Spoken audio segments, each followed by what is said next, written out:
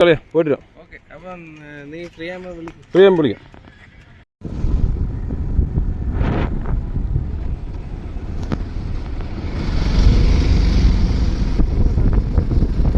എനിക്ക് തലയ്ക്ക് പണ്ടേ അസുഖമാണ്, അതെനിക്ക് അറിയാമല്ലോ.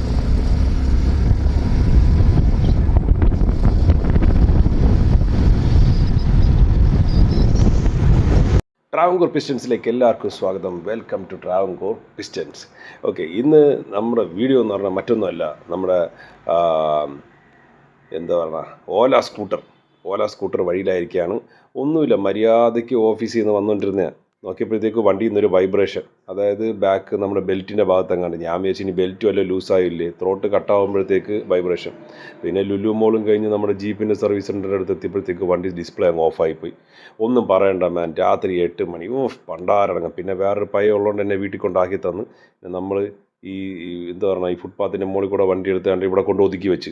കാരണം വേറെ ഓപ്ഷൻ ഇല്ല.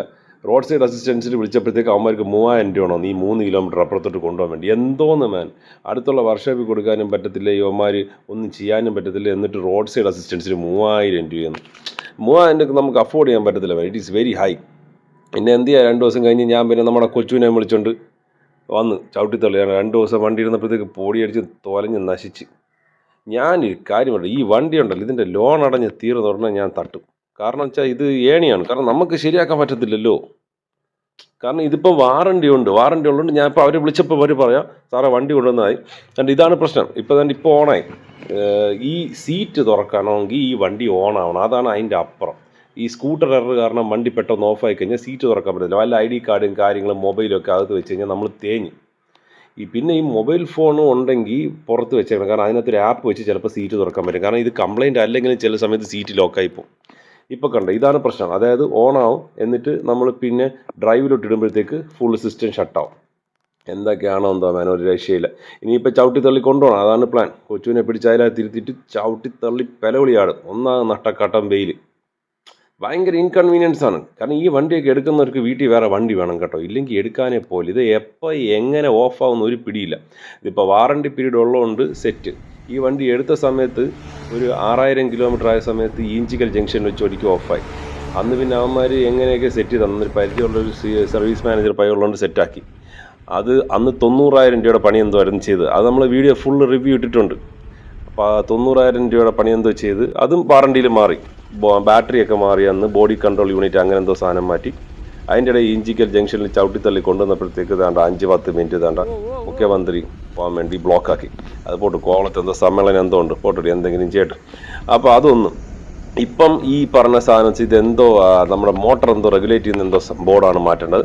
18000 രൂപയാണ് ഇതിൻ്റെ. ഞാൻ ചോദിക്കണം, ഈ പെട്രോൾ ലാഭിക്കുന്ന പൈസ മൊത്തം ഈ വണ്ടിയുടെ സർവീസിലും കാര്യങ്ങളങ്ങ് പോവാണ്.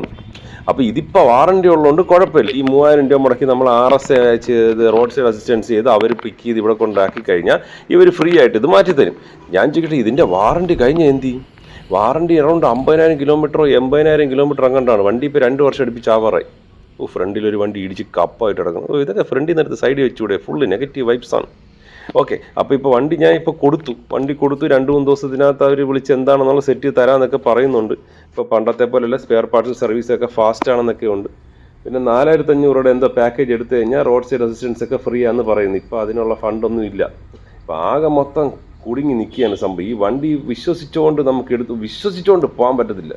2 ആഴ്ച മുമ്പ് ഇടയ്ക്കൊന്ന് ഓഫായി, അതതിൻ്റെ അപ്പുറം 30% ബാറ്ററി ഉള്ള വണ്ടിയായിരുന്നു. ഒറ്റയടിക്ക് 3% വണ്ടി ഓഫായി. പിന്നെ രാത്രി ഇവിടെ കൊണ്ടുവന്ന് അന്നും ചവിട്ടിത്തള്ളി കൊണ്ടുവന്ന് ചാർജ് ചെയ്ത്. എന്തായാലും ഈ വീഡിയോ നമുക്ക് നോക്കാം, അടുത്ത വീഡിയോ എന്താ എന്നുള്ള ഞാൻ അറിയിക്കാം. അപ്പോൾ യു ഗൈസ് റൈഡ് സേഫ്.